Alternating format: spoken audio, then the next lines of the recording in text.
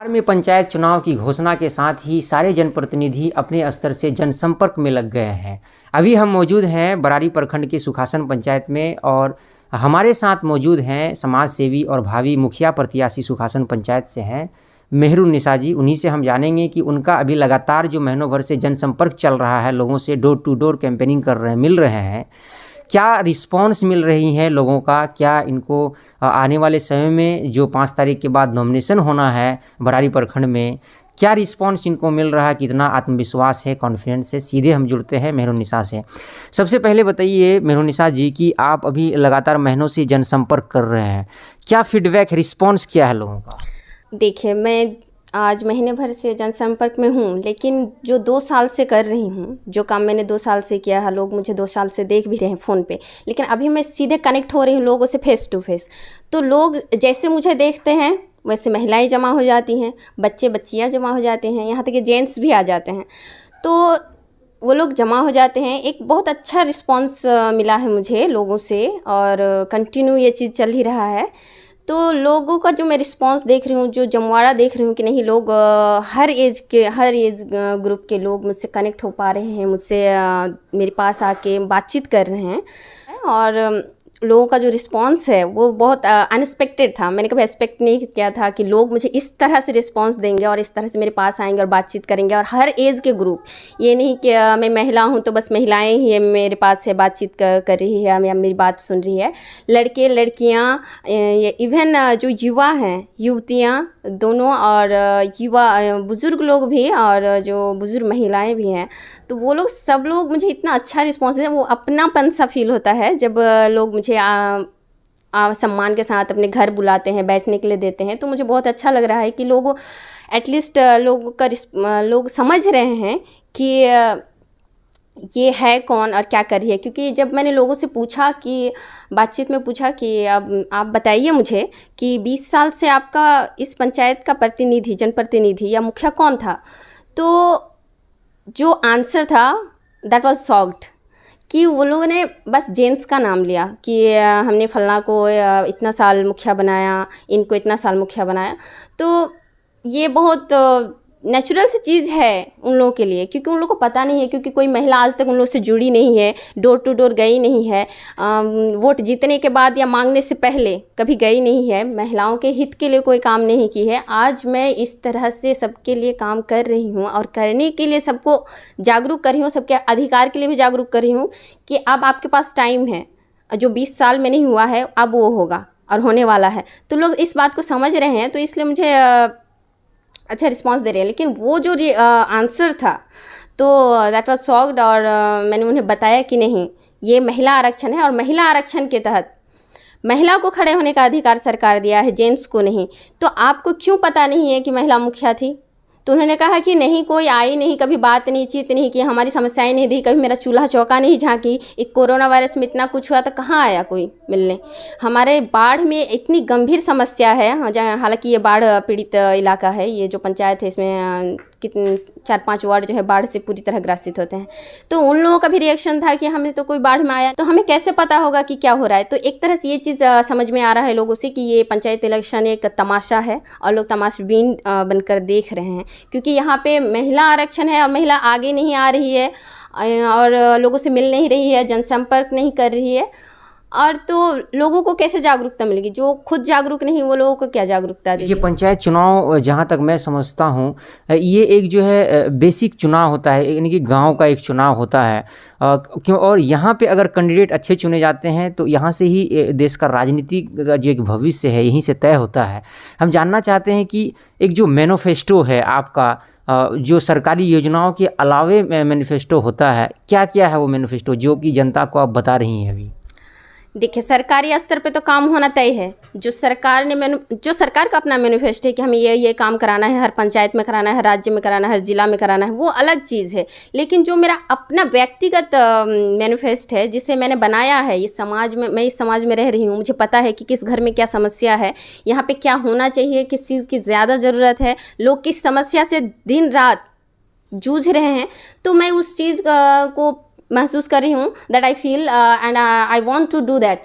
तो मैंने वो एक मैनिफेस्ट बनाया अपने हिसाब से, अपने अकॉर्डिंग, और मैं उस पर एक वो अभी लिखित तौर पे भी आएगा, तो मैं मीडिया के ज़रिए लोगों को बताऊंगी भी। लेकिन अभी 4-5 जो मेरे मैनिफेस्ट में 4-5 मुद्दे हैं जिसे मैं धरातल पर लाने की कोशिश कर रही हूँ, और इंशाल्लाह आगे भी करूँगी अगर मौका मिलता है तो उसमें है कि एम्बुलेंस सेवा और जो एजुकेशन है, नारी सशक्तिकरण को बढ़ावा देने के पंचायत लिए। में क्या एक एम्बुलेंस या फिर वार्ड वाइज एम्बुलेंस आप लोग? जी नहीं, ये पूरे पंचायत के लिए एम्बुलेंस होगा। अभी मैं एक ही एम्बुलेंस की बात कर रही हूँ, क्योंकि जब मुझे अगर लगेगा कि नहीं एक एम्बुलेंस से काम नहीं हो रहा है, इसकी दूसरे जी बढ़ाने की ज़रूरत है, तो मैं उसमें फिर उसका करूँगी।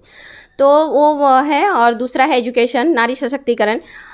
लिटरली आप देख सकते हैं कि लड़कियों में जो गर्ल एजुकेशन है वो बहुत लेस है। अगर आपके घर में 4 बेटे हैं, एक बेटी है, तो आप 4 बेटों को पढ़ाने की बात करते हैं, एक बेटी को नहीं। तो वो चीज़ मुझे कहीं लगती है कि नहीं, मैंने एजुकेशन जो मुझे मिला है, तो मैं एक महिला हूँ, तो मुझे इस चीज़ के लिए आगे आना चाहिए, तभी जो मेरे एजुकेशन का उद्देश्य है वो पूरा होगा। तो इसलिए मैंने गर्ल एजुकेशन को, गर्ल के साथ साथ बच्चे भी होंगे, बॉयज़ भी होंगे, तो वो दोनों के एजुकेशन के लिए एक कोचिंग सेंटर खोलने की बात की है, वार्ड वाइज। ये वार्ड वाइज होगा। उसके बाद जो नेक्स्ट है 3rd नंबर पे, वो है सिलाई सेंटर। सिलाई सेंटर होगा ताकि वहाँ पे जैसे बेटी बहू कोई भी है तो वो अपना सिलाई सीख के अपना जो है अपना रोजगार कर सकती है।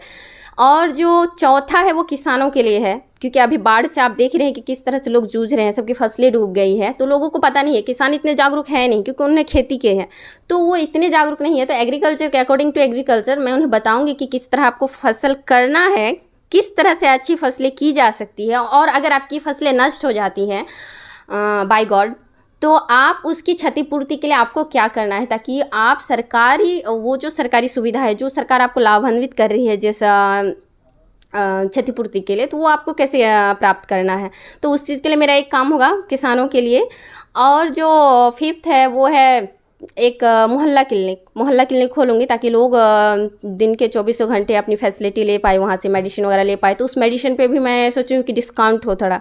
तो वो मेरा अपने निजी स्तर से है, मेरे पास प्लान है, I will work for that, कि किस तरह से प्लानिंग के अकॉर्डिंग काम करना है, लोगों को ज़्यादा से ज़्यादा सुविधा देना है। आप देख ही रहे हैं कि महंगाई बढ़ रही है, लेकिन लोगों की कमाई घट रही है। लोग जो बाहर में काम कर रहे थे, जहाँ जहाँ भी काम कर रहे थे, वो लोग सारे लोग घर आ चुके हैं।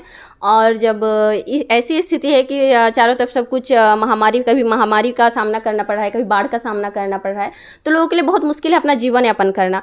तो इस चीज़ के लिए भी मेरा ये होगा, एक लोगों को कैसे ये किया जाए, क्या हाँ मोहल्ला क्लिनिक में कैसे फैसिलिटी दी जाए ताकि लोग अपना मेडिसिन इजीली अचीव गेट कर पाए।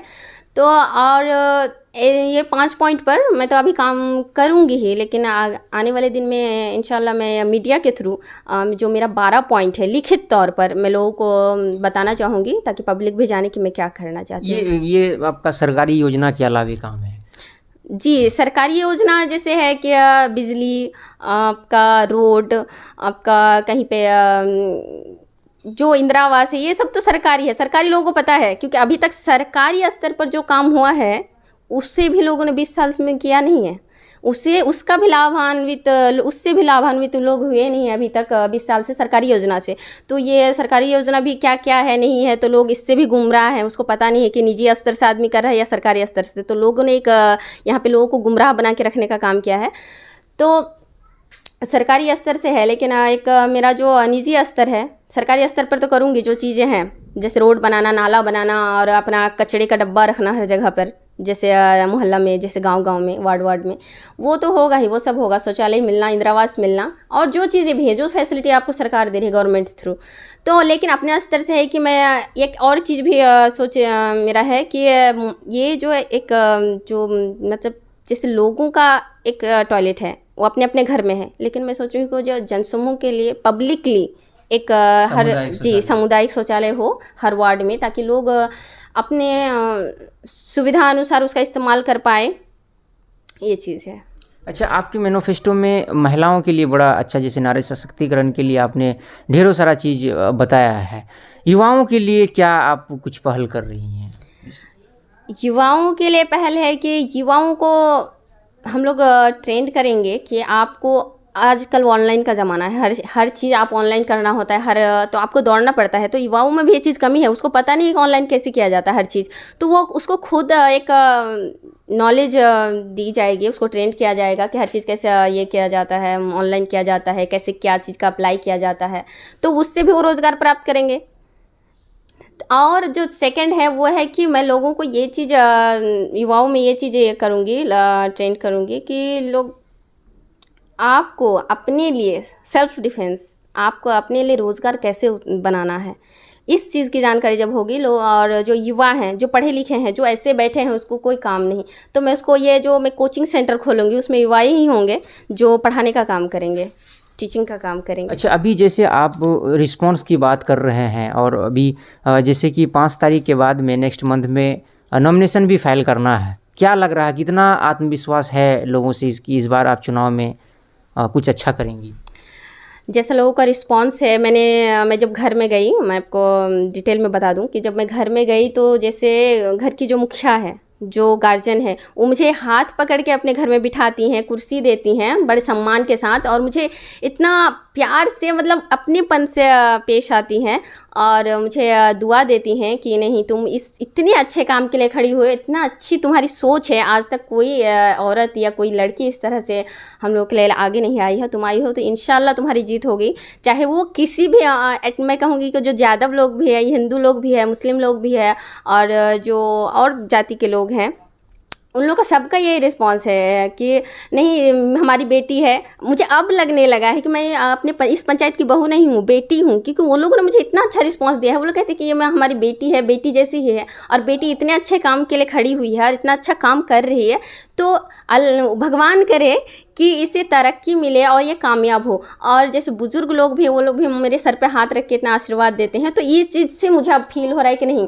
जीत हार तो अलग बात है, वो इलेक्शन के बाद पता चलेगा, लेकिन मुझे अभी लगता है कि मैं इलेक्शन जीत गई हूँ। जैसा उनका आशीर्वाद है, जैसा उनका रिएक्शन है, जैसा उनका रिस्पांस है, जो सम्मान हर एज ग्रुप के लोगों ने मुझे दिया है, तो मुझे लगता है कि नहीं, यही मेरी जीत है और मुझे यही चाहिए।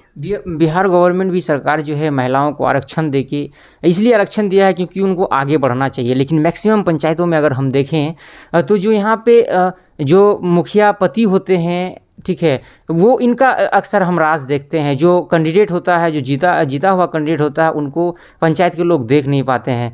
तो आप पहली बार जो जनसंपर्क कर रही हैं, इस बात को आप कैसे देखते हैं कि आरक्षण देके महिलाओं को आगे आना चाहिए और आप वो काम कर रही हैं? जी, मैं तो इसका यही एक मेन मेरा रीज़न है कि जब महिला आरक्षण है और महिलाओं को अधिकार सरकार दिया है और उसे एक पीछे रखा जाता है और उसका एक तमाशा बना दिया है।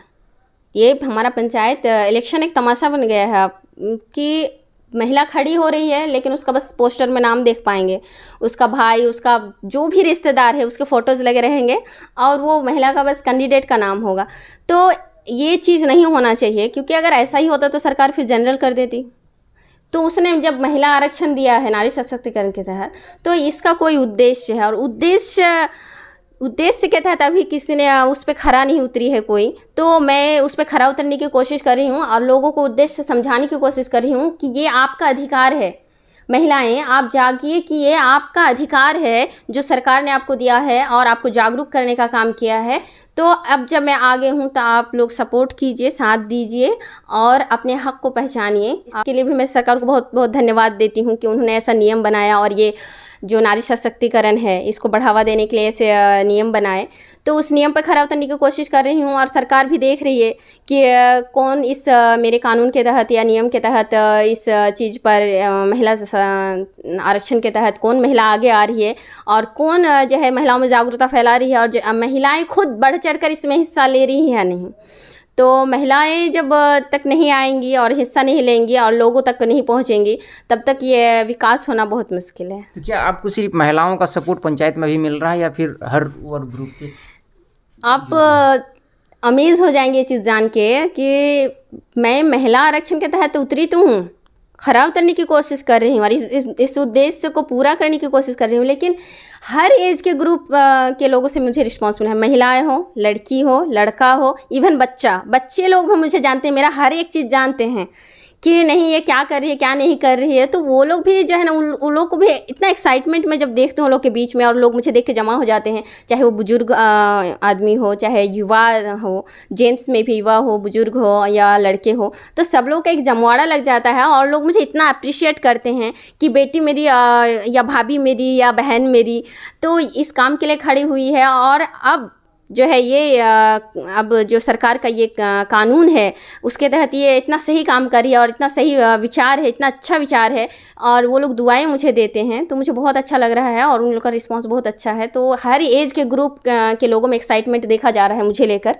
और वो लोग बढ़ चढ़ कर हिस्सा लेने की कोशिश कर रहे हैं। हमसे बात करने के लिए बहुत शुक्रिया। तो ये थे हमारे साथ में सुखासन पंचायत के भावी मुखिया प्रत्याशी मेहरुन्निसा जी, उन्हीं से हम बात कर रहे थे। और इनका अभी लगातार जनसंपर्क चल रहा है, और जनसंपर्क अभियान जो है इनका कहना कि रिस्पांस इनको एक तरीके से ज़बरदस्त तरीके से मिल रहा है। और कंटेस्ट जो होगा यहाँ पे बहुत ही धमाकेदार होने वाला है इस पंचायत में। और हमारे चैनल से आप बने रहें।